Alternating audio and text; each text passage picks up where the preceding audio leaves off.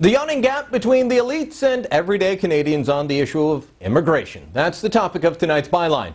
While the Harper government has been welcoming record numbers of immigrants each year, they've also begun cracking down on crooks and fraudsters that prey on our generous system. In addition to the ongoing manhunt for people ordered out of the country for alleged ties to war crimes and crimes against humanity, they also recently announced a crackdown on people getting their citizenship through fraud.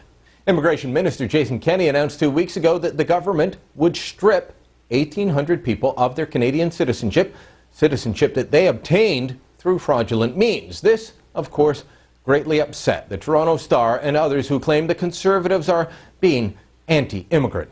How a government that lets in more than 680,000 people in 2010 can be anti-immigrant is beyond me. But that's what Canada did.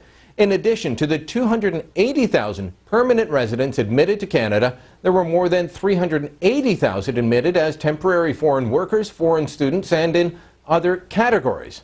But in response to the move to strip citizenship from people who never should have gotten it in the first place, the Toronto Star said, Kenney is preempting real public debate by pushing hot buttons and waving red flags. They went on to characterize the revoking of fraudulent citizenship as a bad deal for Canada. Quote, by hunting down 1,800 alleged fraudsters, most of whom live abroad, and revoking their citizenship, he is spending public funds his department badly needs for basic tasks.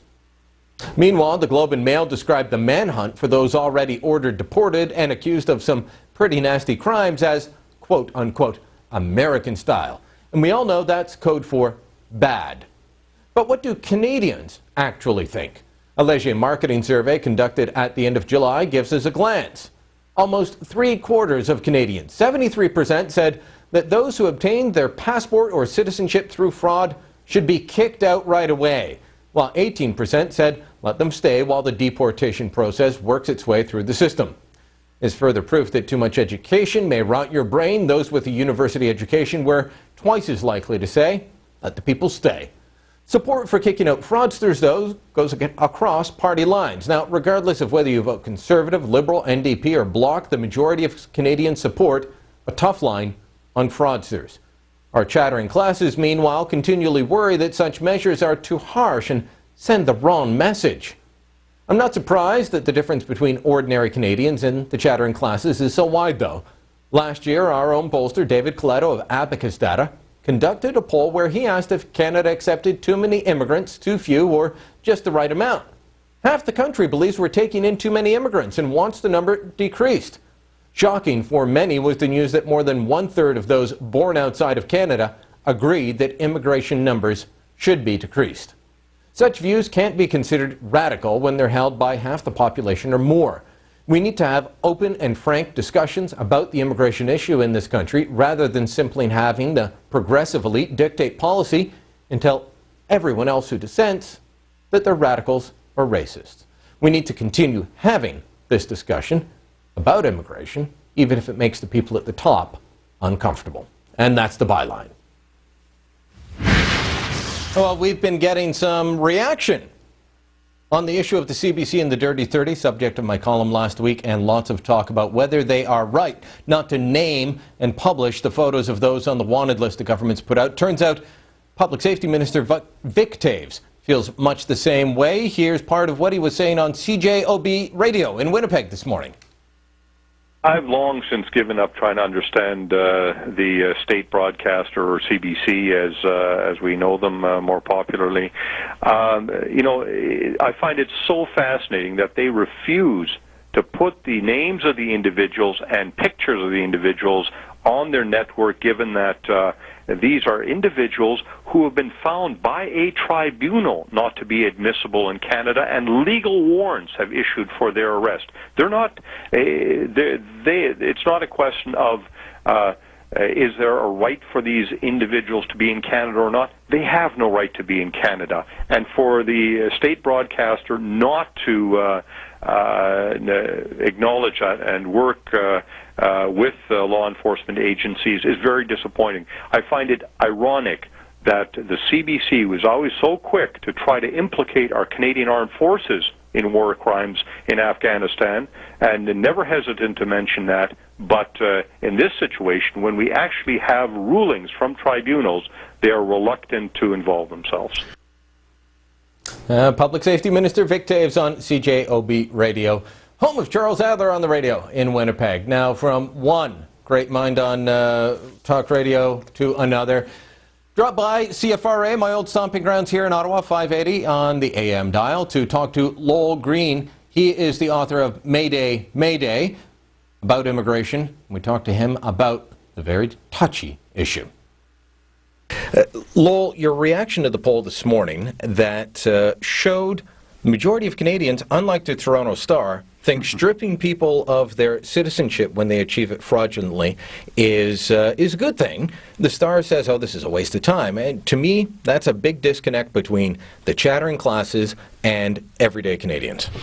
Yeah, I think I'm glad to see the poll, actually, because I think what we're seeing here is that there's a gradual realization in this country that we've got a serious problem with immigration.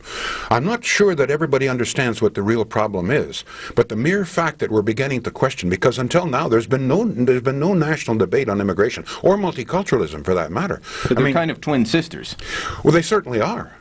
It's one thing to bring in people from many different nations and insist that they adapt to Canadian ways and Canadian culture. It's quite another to bring in people from all these other nations, all these other cultures, and then insist that they retain their culture and in fact enhance their culture, which is what we're doing here. I mean, but as I say, I think it's very helpful that for the first time we're launching a national debate. People are beginning to realize, hey, wait just a minute here. Some things are happening in this country. Maybe it's not in the best interests of the country. One of the things that I point out in the book, and by the way, this is the thing that I've got most reaction for, up until about 1990, for every non-European who came to this country as an immigrant, or as a foreign worker for that matter, for every one who was non-European, non-Judeo-Christian, we brought in about 4 with European backgrounds. In other words, people who understood Western democracies. But now it's the reverse. For every single person who comes in from what I would call a Western nation, including most of Europe and the United States, we're now bringing in about 5 people who have no knowledge, they're not European in nature, they don't speak the language, they don't understand Western culture, they don't understand Western values. I'm not being critical, this is the way they're raised, but they have no idea of Western democracies and how they work. Pakistan is one of the lead countries for our immigration system now. China, neither of these countries are exactly bastions of Western liberal democratic thinking. You're being very kind. Yeah, and the problem is that we've always had immigrants from non-European countries here. But as I say, we always made sure that the European Judeo-Christian nature was paramount in this country. This Canada and the United States and most they're European in nature. They have European values, European understandings, European histories. We share something. And now it's just the reverse. And sooner or later, number one, already Stats Canada tells us Caucasians will be in a minority in the next 2 or 3 years in Toronto, ditto in Vancouver, which presents, and not just a matter of being white or black. Color's got nothing to do with it. It's the culture here, and that's, to me, that's. Do we really want to? Do we really want to change Canada's culture totally? Why? I mean, this is a great country we've got here. People want to come here, but they don't want to come to another China. They don't want to come to another India. They don't want to come to another Pakistan. They want to come to Canada, for God's sake.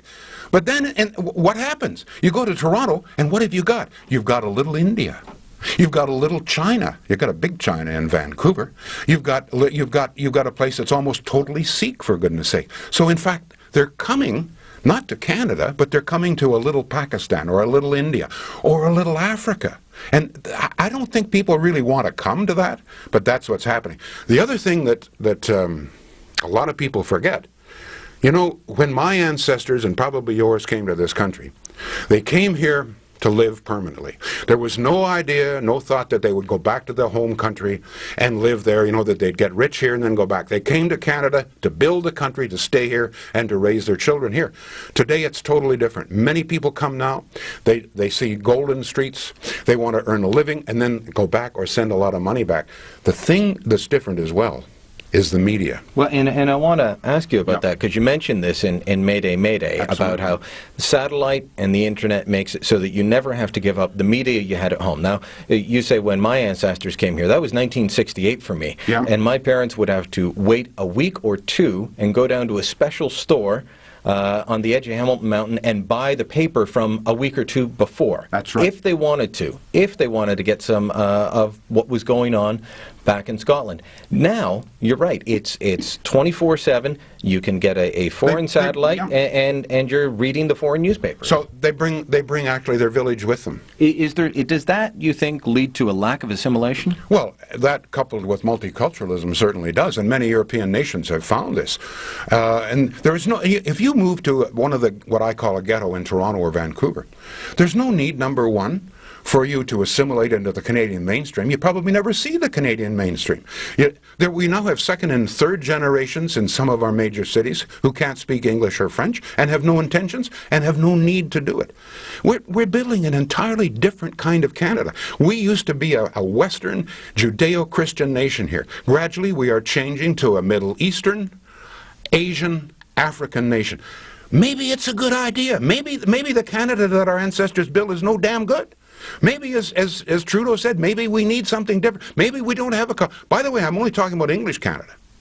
In French Canada, you've got to be very clear. They have a culture worth preserving. When Trudeau gave us multiculturalism, what he really said was, you people in English Canada, you don't have a culture worth preserving, so we're going to give you a dozen or 2 dozen other cultures. But in French Canada, you've got a culture that we're going to preserve and enhance, which they've done. So when I'm talking here, I'm only talking English Canada. That's the part of the country that, according to multiculturalists, we don't have a culture worth preserving.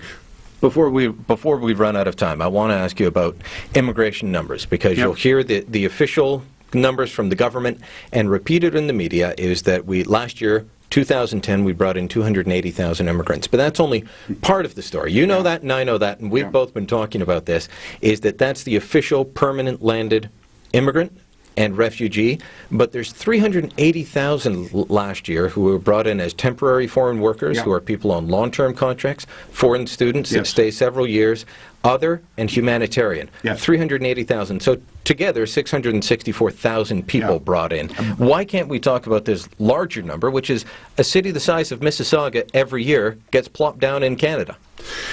Yeah, and you know, you're absolutely right. There's about 700,000 new people that we have to accommodate every year in this country. And we have to provide all of the services. Foreign workers, for example, we don't think about this, but we got to provide them with accommodation. We got to provide them with welfare if they lose their jobs. We got to provide them with health care, etc., and schooling for their children, by the way. And by the way, many foreign workers now are eligible for family benefits. In other words, if you're a foreign worker picking tomatoes around Aylmer, and your wife back in Jamaica has a baby, you're entitled to some maternity benefits here in Canada. A lot of people don't understand what's happening here. You know what? Foreign students, what a racket that is. Somehow or other we've come to believe, oh, well, they pay more in our universities, thus it's a good thing. First of all, they're taking seats away from Canadians. Not only that, but there's no way that they come close to paying the real cost. No way that they come close. Over 100,000 foreign students at any time in this country, and they're talking about enlarging that. We're in trouble here. We're doing some things that I don't think a lot of you people understand, and I'll bet you if you did understand it, you wouldn't like it. You can understand more by reading Mayday Mayday by Lowell Green. Lowell, thank you. Thank you very much. Thank you. Make sure you stick around. More Straight Talk.